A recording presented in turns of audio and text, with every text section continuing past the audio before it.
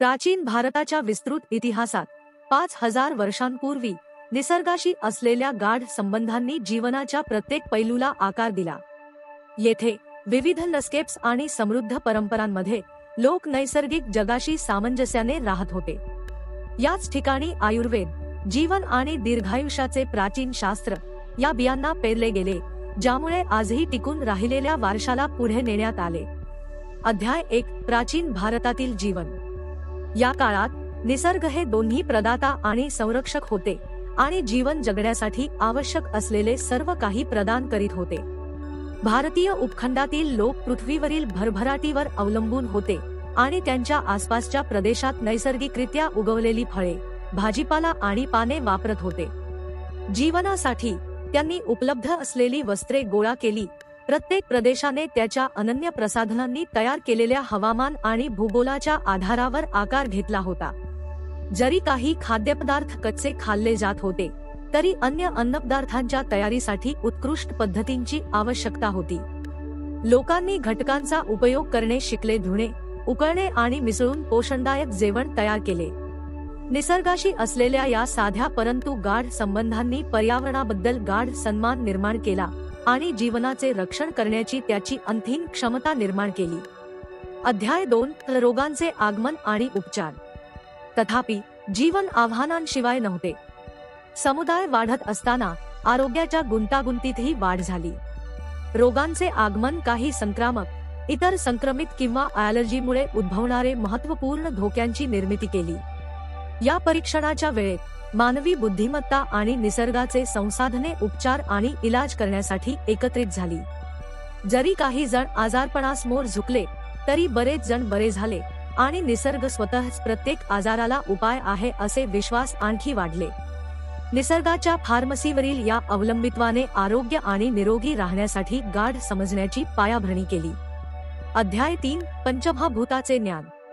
ज्ञानी व्यक्तींमध्ये एक संकल्पना आली, मानव विश्वाचे सूक्ष्म रूप आहे आणि त्या विश्वाच्या तत्वज्ञानाचे प्रतिबिंब आहेत। काही बुद्धिमान विचारकांनी हे स्वीकारले की मानव निसर्गाचा भाग आहे आणि त्यांनी निरीक्षण केले की पंचमहाभूताच्या रूपात विश्वात जे काही आहे ते आपल्या शरीरातही आहे, पण वेगवेगळ्या रूपांत। जसे पृथ्वी, माती, हाडांशी, जल, पाणी, रक्ताशी, तेज, अग्नी, पाचन अग्निशी, वायू, श्वासोच्छवासाशी आणि आकाश, अंतराळ, शरीरातील सर्व रिक्त जागांसह जोडलेले आहे। या निरीक्षणाला नंतर लोकपुरुषसम्य सिद्धांत म्हणून प्रसिद्ध केले गेले। हे प्रसिद्धीने सांगितले जाते, यथा पिंडे तथा ब्रह्मांडे, व्यक्ती आणि विश्व यांच्यातील या गाढ संबंधाने आयुर्वेद तत्वज्ञानाच्या कोप्याचा खडक बनला, ज्यामुळे लोकांनी आरोग्य, आजारपण आणि उपचार कसे समजले ते मार्गदर्शित केले। अध्याय 4, आयुर्वेद उपचारांचा पाया। या समजदारीसह आयुर्वेद एक व्यापक उपचार प्रणाली म्हणून उदयाला आली। या तत्वज्ञानाने कदाचित विचार प्रक्रिया सुरू केली असेल की जेव्हा शरीर आजारी असेल तेव्हा पंचमहाभूत आणि लोकपुरुषसम्यवाद लागू करून आपण निसर्गाकडून उपचार करणारे घटक मिळवू शकतो। म्हणून जेव्हा शरीरातील काही महाभूतांची कमतरता असेल तेव्हा ते बाह्य निसर्गातून दिले जात होते। जसे की अतिसाराने ग्रस्त असलेल्या व्यक्तीला भरपूर प्रमाणात पाणी दिले जाते। त्याचप्रमाणे शरीरात काही महाभूतांची अधिकता असेल तर त्याच्या विरुद्ध गुणधर्म असलेल्या औषधांचा वापर केला जातो। या तत्वज्ञानाला आयुर्वेदाच्या सामान्य विशेष सिद्धांत म्हणून ओळखले जाते, जो आयुर्वेदाच्या मूलभूत उपचार तत्वांचा निर्माण करतो। या प्रक्रियांच्या विकासाच्या दरम्यानच्या प्रारंभिक विचार प्रक्रियेचा ब्रह्म या शब्दाद्वारे उल्लेख केला जाऊ शकतो। अध्याय 5, आयुर्वेदाच्या ज्ञानाचे दस्तऐवजीकरण। या पवित्र शिक्षणाच्या स्थळांमध्ये आयुर्वेदाचे ज्ञान पिढ्यांपासून पिढ्यांपर्यंत हस्तांतरित केले गेले। सुरुवातीला हे ज्ञान मौखिकपणे, कठोर अध्ययन आणि मनोबळाद्वारे शेअर केले जात होते। अग्निवेश, महर्षी अत्रेयच्या मार्गदर्शनाखालील ऋषींनी या विस्तृत ज्ञानाचे लेख तयार करण्याचे मोठे कार्य सुरू केले। या ग्रंथांमध्ये अग्निवेश तंत्र आणि इतर महत्त्वपूर्ण कामे उदयाला आली, आयुर्वेदाच्या ज्ञानाचा सार पकडला। त्याचप्रमाणे ऋषी सुश्रुत, धन्वंतरी महर्षींच्या मार्गदर्शनाखाली आयुर्वेदातील शल्यज्ञानाच्या मूलाधार असलेल्या सुश्रुत संहिता लेखबद्ध केली। अध्याय 6, ज्ञानाच्या संरक्षणातील आव्हाने। आयुर्वेदाचा प्रवास अनेक आव्हानांनी भरलेला होता। पूर आणि आगीसारख्या नैसर्गिक आपत्तींनी अनेक प्राचीन हस्तलिखितांचा नाश केला. आक्रमणे आणि युद्धे ग्रंथालये आणि मंदिरे उद्ध्वस्त करण्यास कारणीभूत ठरली आणि हे अमूल्य ज्ञान आणखी धोक्यात आले. राज्यांतील अंतर्गत लढाया आणि आपल्या वारशाचा जाणीवपूर्वक जाळणे यामुळे अमूल्य वैज्ञानिक अंतर्दृष्टीचा नाश झाला. या आव्हानांच्या दरम्यान समर्पित विद्वान आणि शासकांनी जे शक्य असेल ते जतन करण्यासाठी कठोर परिश्रम केले.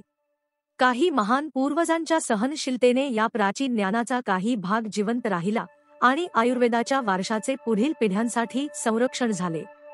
अध्याय 7 चरक संहितेचा विकास. जेव्हा अग्निवेश तंत्र आचार्य चरकांच्या हातात आले तेव्हा त्यात बदल करण्यात आले आणि काही भाग गहाळ झाले असतील. या आवृत्तीचे संपादन केले गेले आणि ते चरक संहिता म्हणून ओळखले जाऊ लागले.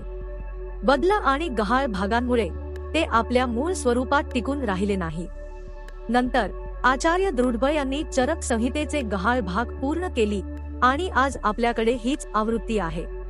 असे मानले जाते की ते अंदाजे 4थ्या शतकातील आहे, परंतु हे खूप जुने असू शकते. भारताच्या दृष्टिवंत राजांनी त्यांच्या शासनकाळात लिपिकांच्या मदतीने चरक संहितेच्या अनेक प्रतिलिपी तयार केल्या. 20व्या शतकात आचार्य यादवजी त्रिकमजी आचार्य यांनी सर्व उपलब्ध हस्तलिखितांच्या मदतीने चरक संहितेचे संपादन आणि प्रकाशन करण्याचे मोठे कार्य हाती घेतले. लेखक, संपादक, भाष्यकार, लिपिक, राजे, जनता आणि आयुर्वेद चिकित्सकांच्या या सामूहिक प्रयत्नांनी आयुर्वेद संहितेचा वारसा जतन आणि प्रचार करण्याची खात्री केली. अध्याय 8 आचार्य चरक कोण आहेत? आचार्य चरक अनेकदा आयुर्वेदातील एक प्रमुख व्यक्तिमत्व म्हणून ओळखले जातात. तरीही चरक एक व्यक्तीला किंवा विद्वानांच्या गटाला प्रतिनिधित्व करतात की नाही याबद्दल काही चर्चा आहे. चरक हे नाव स्वतःच सूचित करते की ती व्यक्ती एक ठिकाणाहून दुसऱ्या ठिकाणी जात आहे, ज्यामुळे हे सूचित होते की ती व्यक्तीपेक्षा एक परंपरा किंवा विचारधारा दर्शविते.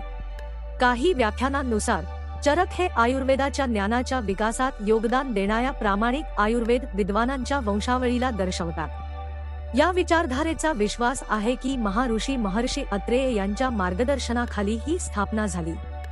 चरक संहिता चरकच्या नावाशी निगडीत एक महत्त्वपूर्ण ग्रंथ या विस्तृत ज्ञानाच्या संग्रहाचा समावेश करते आणि औषध, उपचार आणि संपूर्ण आरोग्याच्या शिक्षणाचे एकत्रीकरण करते.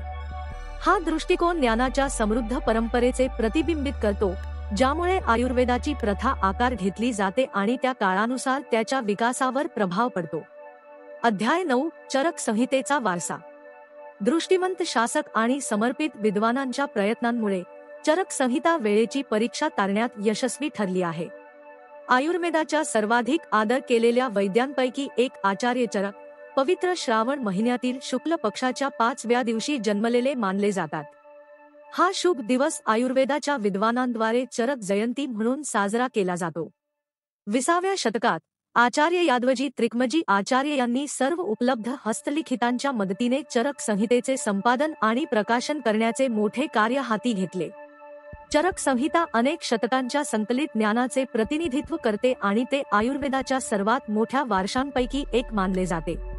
आज आयुर्वेद निरोगी जीवन पद्धतींना प्रेरणा देत राहते, जगभरातील लोकांना नैसर्गिक उपचार आणि संतुलित जीवनाचे अनुसरण करण्यासाठी मार्गदर्शन करते. अध्याय 10 चरक जयंतीचा उत्सव. श्रावण महिन्याच्या शुक्ल पक्षाच्या 5व्या दिवशी आम्ही चरक जयंती साजरी करतो. आयुर्वेदाच्या सर्वाधिक आदर केलेल्या वैद्यांपैकी एक आचार्य चरकांचा सन्मान करतो. त्यांच्या योगदानांचा आजही प्रभाव आहे. आम्हाला आयुर्वेदाच्या गहन ज्ञानाची आणि दीर्घकालीन वारशाची आठवण करून देतो. आम्ही हा दिवस साजरा करत असताना आयुर्वेदाच्या तत्वज्ञानांना सन्मान देऊया, आपल्या आरोग्य आणि आत्म्याला नैसर्गिक जगाशी सामंजस्य साधून पोषित करूया.